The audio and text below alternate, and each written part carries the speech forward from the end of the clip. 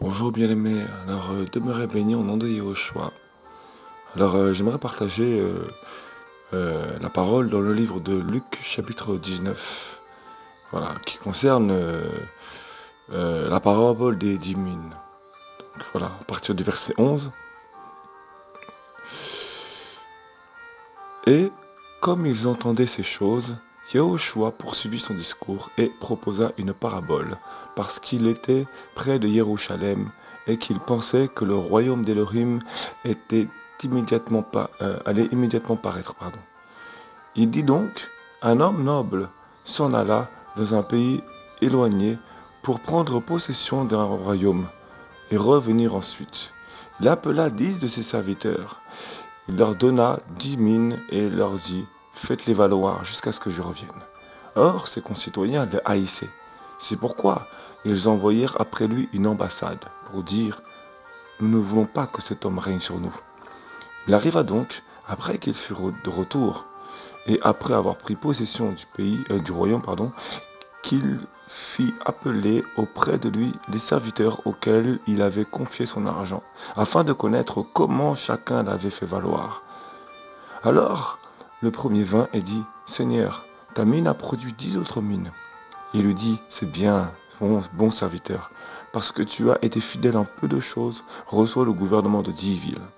Et le second vint et dit, Seigneur, ta mine a produit 5 autres mines.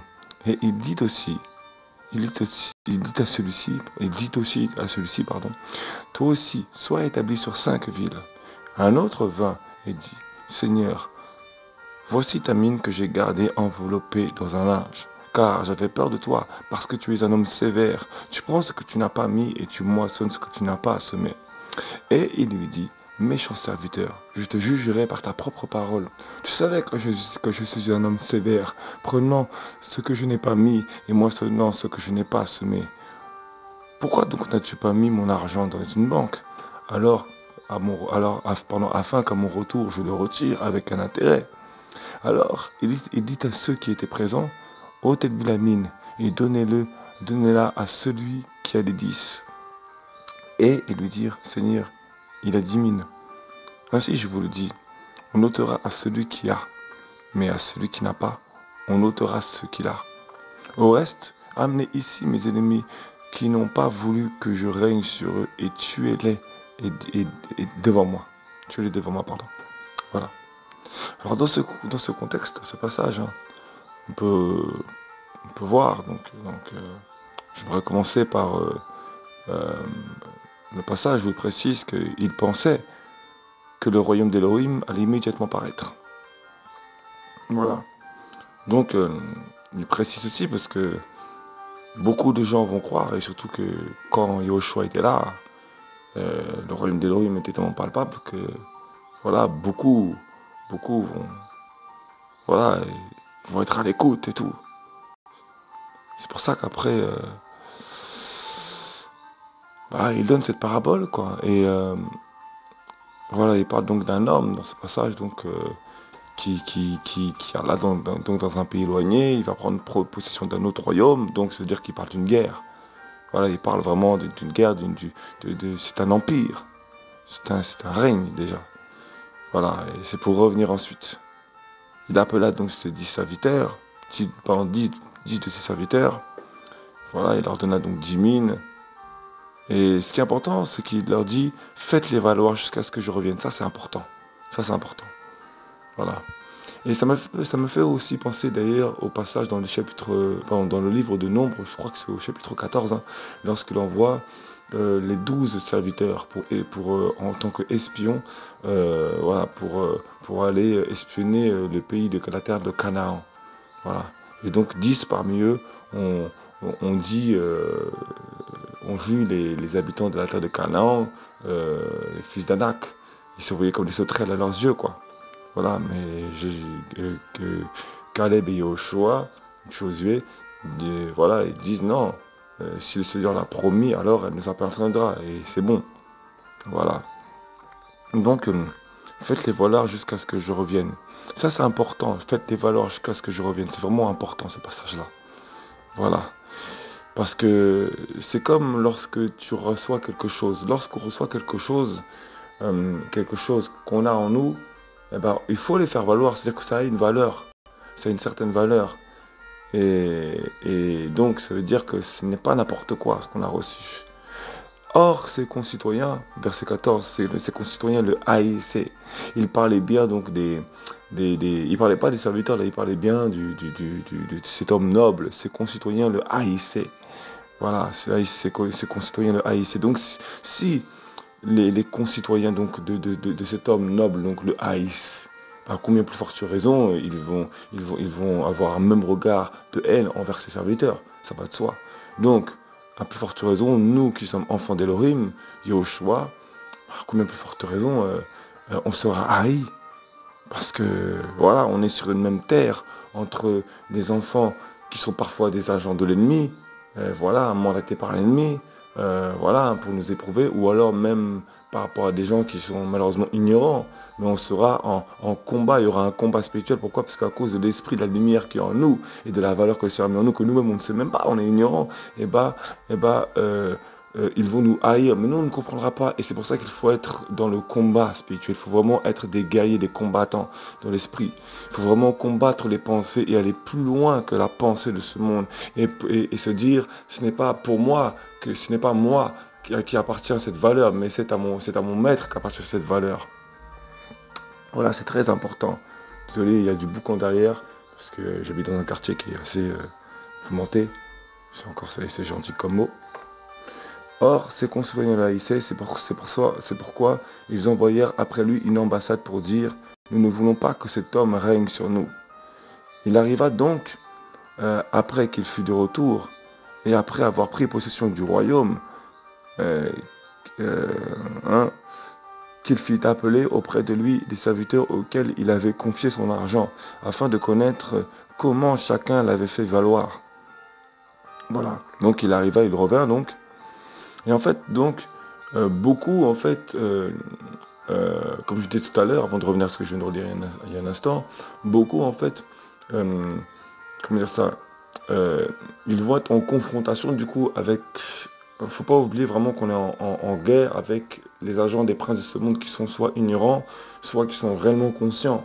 Et donc, ils vont sans cesse combattre notre état de pensée. Et même parler de Christ, de Yahushua, et ben, ça va être une réelle difficulté. Mais c'est ça aussi le talent. C'est utiliser le talent, combattre les pensées et aller plus loin que la pensée de ce monde. Aller plus loin. Voilà, le Seigneur nous a donné un talent. Ce sont des mines. Voilà. D'ailleurs, non, pardon, je ne vais pas m'éloigner du contexte.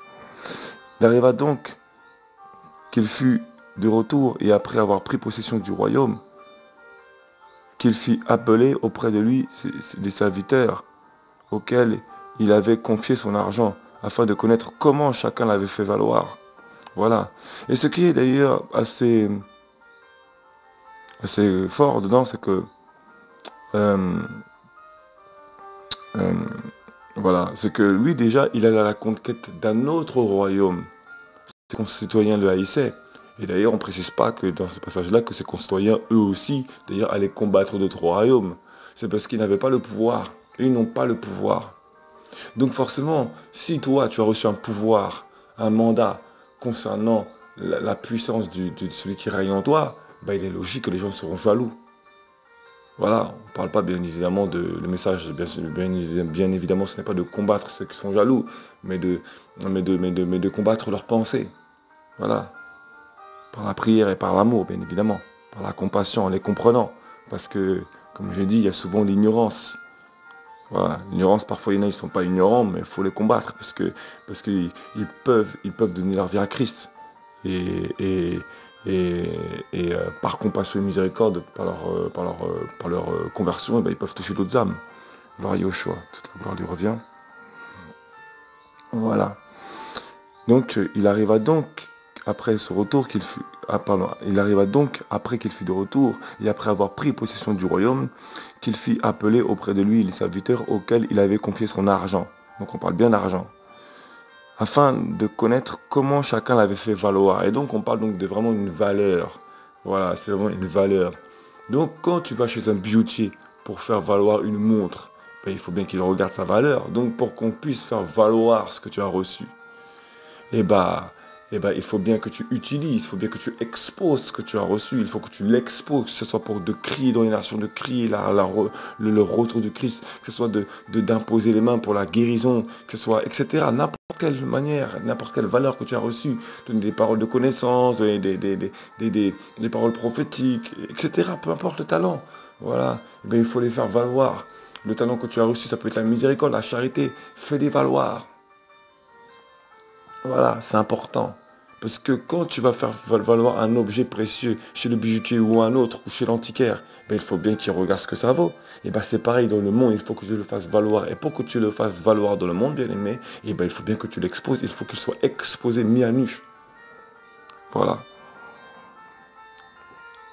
Voilà. Tu ne peux pas savoir ce que tu as reçu, la valeur de ce que tu as reçu comme talent, si tu ne le fais pas exposer. Là, les gens le verront. Après, il y en a, bien évidemment, ils te combattront, parce que là-dedans, c'est marqué qu'ils le haïssaient. Voilà. Ils haïssaient l'homme noble, cet homme noble. Donc toi-même, ils vont te haïr. Donc ils ne te diront pas ce que tu as reçu, ce que ça vaut. Mais ils le verront et ils seront touchés. Et c'est pour ça que tu recevras des attaques en retour. Tu seras haï. Mais l'essentiel, c'est pas qu'ils te haïssent. C'est pas ça qu'ils vont regarder. Alors, le premier vint et dit, Seigneur, ta mine a produit 10 autres mines, pardon. Il lui dit, c'est bien, bon serviteur, parce que tu as été fidèle en peu de choses, reçois le gouvernement de 10 villes. Donc, il parle il reçoit le gouvernement, donc il reçoit un mandat sur 10 villes. Voilà, c'est ça la récompense, bien-aimé. Et le second vint et dit, Seigneur, ta mine a produit 5 autres mines. Et il dit aussi à celui-ci, toi aussi, sois établi sur 5 villes. Voilà, donc encore un mandat de plus. Voilà, et il le récompense. Il lui donne un mandat. Il l'établit. Voilà. Un autre vint et dit, Seigneur, voici ta mine que j'ai gardée enveloppée dans un linge. Car j'avais peur de toi, parce que tu es un homme sévère. Tu prends ce que tu n'as pas mis et tu moissonnes ce que tu n'as pas semé. Alors déjà, on va comprendre une chose là-dedans, c'est qu'il dit que j'avais peur de toi. Alors, on peut craindre le Seigneur, effectivement. Mais plus on a d'expérience avec le Seigneur, je m'intéresse aussi là, si ça peut éclairer un peu des âmes. Voilà, tu peux avoir été brisé et tu peux avoir maintenant reçu la crainte. Alors la crainte d'Elohim, c'est essentiel. C'est la chose essentielle, la source pour continuer à évoluer. Voilà, dans l'humilité. Mais Elohim, Yahweh, n'est pas qu'un créateur qui soit sévère, n'est pas un maître qui soit sévère. On est sévère parce que c'est par amour qu'il est sévère. Il reprend par amour. Il châtie par amour. Voilà. Elohim châtie son enfant comme un père, l'enfant qu'il chérit. Tout simplement. Donc lorsqu'il te donne un talent, quelque chose, de l'argent à faire valoir, eh ben, c'est pas pour rien. Voilà, il faut que tu le fasses valoir. Et il te donne quelque chose, c'est par amour, c'est parce qu'il te fait confiance. Parce qu'il te les a donnés, donc il te fait confiance. Lui, il est noble, il a de l'argent, il est fortuné. Donc il a montré l'exemple. Il a montré que lui-même, il part en combat, il va conquérir une autre terre. À plus forte raison, nous, on doit aussi nous y préparer le terrain. À plus forte raison. Voilà. S'il est un guerrier, alors nous-mêmes, à combien plus forte raison, il nous a établi tels des guerriers. Mais celui qui ne veut pas faire valoir ce qu'il a reçu du maître, alors il a honte de son maître. Il a honte ou il a peur. Voilà. Donc, il a peur du maître. Oh, on ne doit pas avoir peur. On doit le craindre parce qu'on ne veut pas le décevoir. Bien-aimé, Yahweh Elohim, Yahushua est un époux. Ce n'est pas une question de crainte seulement, mais c'est une crainte de le décevoir. On doit avoir peur de le décevoir. Mais ça, ce n'est pas une bonne peur. La peur de son caractère, ça ne doit pas être ça, la vraie crainte. La vraie crainte, c'est humain. Bon, parfois, on peut avoir crainte parce qu'on s'est un peu écarté, il y a des choses qui doivent se faire. Mais il y a des choses que l'on a mal compris et du coup on a crainte parce qu'on sait que Elohim, c'est lui qui, le Yahweh, c'est celui qui a la grande puissance, celui qui peut envoyer dans le feu de la gêne, le feu ardent de la gêne. C'est vrai, il faut avoir cette crainte-là. Mais avant tout, il faut avoir crainte surtout de lui déplaire, de le décevoir, parce que c'est un époux, c'est un chéri, il faut le chérir. Voilà, ça nous concerne tous. Gloire à Yoshua. Voilà. Donc voilà. Il a regardé au fait qu'il était sévère et non pas au fait qu'il est un époux. Donc il a eu une mauvaise peur. Voilà, une mauvaise connaissance, une mauvaise connaissance du Créateur, une mauvaise connaissance de Yahweh. Ça c'est terrible, ça bien-aimé. Il faut pas aller dans cette vision. Le craindre, oui, parce que c'est lui qui a tout pouvoir. Mais c'est surtout l'image de l'époux qui est important. L'image de l'époux qui est important. Tu prends ce que tu n'as pas mis, et tu moissonnes ce que tu n'as pas semé. Alors bien aimé, on est les premiers bien souvent à parler de nos époux, à parler de nos filles, de nos fils, à parler de nos sœurs, de nos parents. Pourquoi tu aurais honte de parler de celui qui t'a sauvé Yahushua? Pourquoi tu en aurais honte? Qu'il a donné sa vie à la croix pour toi, bien-aimé, il n'a pas eu honte de toi. Il n'a pas proclamé ton nom à haute voix. Seulement dans l'esprit, les démons, ils reconnaissent, ils savent parce que tu as reçu le sceau. Pourquoi toi tu aurais honte du sceau qu'il a mis sur toi? Alléluia. Tu prends ce que tu n'as pas mis et tu moissonnes ce que tu n'as pas semé. Et là, en fait, on parle de guerre. Mais, voilà, on parle de l'image de la guerre. Mais dans la guerre, il y a aussi l'époux. C'est-à-dire qu'on est des guerriers. C'est-à-dire qu'il y a deux images. L'image de la guerre, mais aussi l'image du mariage. Dans le Seigneur, c'est l'image du mariage. Mais en tant qu'épouse, on est en guerre pour l'époux.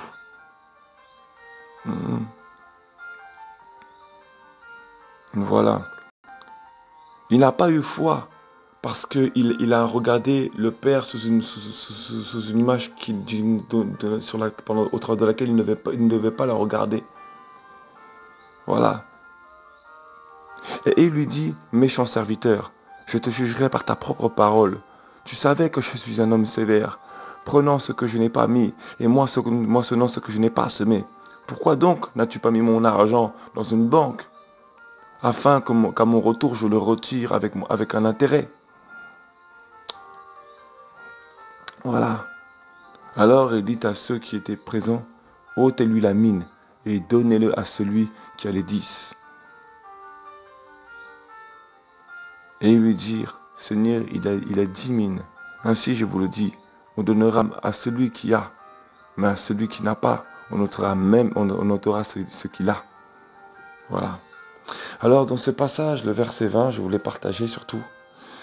Au verset 20, il dit, un autre vint et dit, Seigneur, voici ta mine que j'ai gardée enveloppée dans un linge. Alors, ce passage-là, il est vraiment important. Parce que dans ce passage-là, le mot garder, ça vient du grec apokemai. Donc A-P-O-K-E-I-M-A-I. Voilà, je ne parle pas grec, hein, malheureusement. Voilà, je suis juste poussé à chercher les mots pour comprendre encore mieux certaines choses. Gloire à Yoshua, toute la gloire lui revient. Donc, il dit donc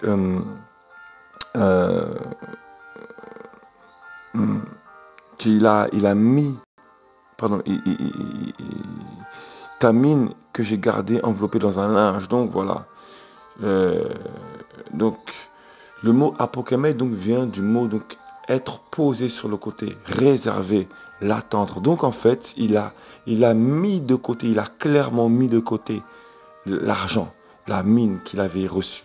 Et ça veut dire qu'il a carrément mis en réserve. Ça veut dire qu'en voyant les adversaires, en voyant la haine de ses adversaires envers le maître, il s'est dit, ouh là là là là là, il a commencé à trembler. Si jamais j'utilise l'argent, le talent, la mine que j'ai reçue, je vais me faire tuer. Je vais me faire persécuter. Ils vont me torturer. Et donc, il a eu honte. Il n'a pas eu honte, mais il a eu peur. Donc, non seulement il a eu peur du maître, en fait, de plus, il a menti. Parce que non seulement il a eu peur du maître, il dit qu'il a eu peur du maître, mais en fait, ce n'est pas du maître qu'il a eu peur. C'est parce qu'il savait que son maître était haï. Donc, il n'a pas voulu l'utiliser. Alors, non seulement il a menti, Et non seulement il a eu peur, mais en plus il a menti. Voilà. Parce qu'il a dit, j'ai eu peur, parce que je savais que tu es un homme sévère. Mais en fait, non. Il a gardé. Ça veut dire qu'il a attendu qu'il revienne. Ça veut dire qu'il a dit, ça va briller, je vais être vu, je vais être exposé. Non, non, non, non, non, non, non. Alors qu'il a dit, faites valoir ce que votre mine. Faites-les valoir. C'est-à-dire, n'ayez pas peur. Soyez des lumières. Exposez ce que je vous ai donné. Parce que je vous ai donné. Soyez fiers. Soyez, honorez mon nom par rapport à ce que je vous ai donné. Je vous ai donné des mines. Je vous ai donné quelque chose de valeur. Honorez mon nom. Voilà. Donc lui, il a carrément mis de côté. Il a carrément mis cela de côté et il l'a enveloppé dans un linge. Voilà. Et enveloppé, c'est aussi un peu comme l'image de la chair. C'est-à-dire que l'enveloppe, c'est corporel, c'est-à-dire qu'il l'a gardé au-dedans de lui. Voilà, il a enveloppé parce que l'enveloppe, la peau, la chair, on vient envelopper dans un linge. C'est-à-dire que il y a le linge, la robe de noces qu'on reçoit. Mais lui, il a pris la valeur, l'argent qu'il avait reçu et il l'a dit, je l'ai enveloppé dans un linge. C'est-à-dire, soi-disant, c'est un linge, c'est-à-dire que donc c'est précieux, donc je l'enveloppe dans un linge. Et lui, en fait, alors qu'il avait la robe de noces, il a pris cette robe-là et il l'a enveloppé dedans, il l'a fait garder dedans. C'est-à-dire que pour lui, soi-disant, c'est précieux, mais en fait, si c'est si précieux, parce que alors, expose-le, et bien souvent, on va garder ça. Voilà, on va donner la pause d'avoir une robe de noces, une belle robe, parce que c'est précieux, mais en fait, non. C'est pas précieux. On dit, non, c'est trop précieux. C'est trop précieux. Et beaucoup agissent comme ça. C'est précieux, je le garde. J'attends le temps d'Elohim. J'attends le temps. J'attends le temps. Alors que ça fait longtemps que le temps doit être là. Ça fait longtemps que le temps doit être là. Alors maintenant, du coup, le Seigneur a enlevé parfois pour certains leur équipement et maintenant ils sont obligés de se repentir et d'attendre le temps pour revenir. Et jusqu'à quand donc tu vas attendre encore et encore le temps du Seigneur? Voilà. Voilà. Donc, il a gardé, enveloppé dans un âge. Donc, il a mis de côté, enveloppé. Donc, dans sa chair, l'enveloppe charnelle, il a enveloppé, gardé au-dedans de sa chair. Voilà. Et ils font croire ensuite qu'ils ont la robe de noces, mais ils sont nus. Voilà. Donc, vraiment, c'est important. Vraiment exposer, exposer, exposer ses talents. Toute la gloire revient au choix. Que le Seigneur vraiment soit béni, loué. Voilà. C'est aussi ça la sanctification. La sanctification, c'est mettre à part le nom d'Elohim. Ne pas le garder pour nous. Voilà. Se garder pour Elohim. Voilà. Obéir à ses ordres. Voilà. Toute la gloire revient à Yoshua. Que le Seigneur vous bénisse au nom de Yoshua. Voilà. On devra rendre des comptes. Et surtout tout à la fin. C'est marqué, on reste amenés ici mes ennemis qui n'ont pas voulu que je règne sur eux et tuez-les devant moi. C'est terrible. Voilà. Je vous dis, hein, beaucoup se voient comme des sauterelles. Beaucoup se voient comme des sauterelles. Beaucoup voient à quel point le maître dans les cieux est haï. Alors du coup, ils n'osent pas. Ils voient à quel point c'est difficile et ils raisonnent. Bien aimé, ne reste pas dans le raisonnement. Va parler. Si tu dois parler, parle. Si tu as reçu le feu, parle, bien aimé. Voilà. Parce que ça, en fait, c'est de l'avarice. C'est plus de l'avarice qu'autre chose, en fait. Voilà. C'est même un manque de connaissance d'Elohim, du Père qui est avec toi, qui te donne l'autorité. Voilà. Gloire à Yoshua. Voilà. Que le Seigneur vous bénisse. Yoshua est à la porte, vraiment, on est vraiment la 6e trompette, là. Vraiment. Et voilà. Alléluia.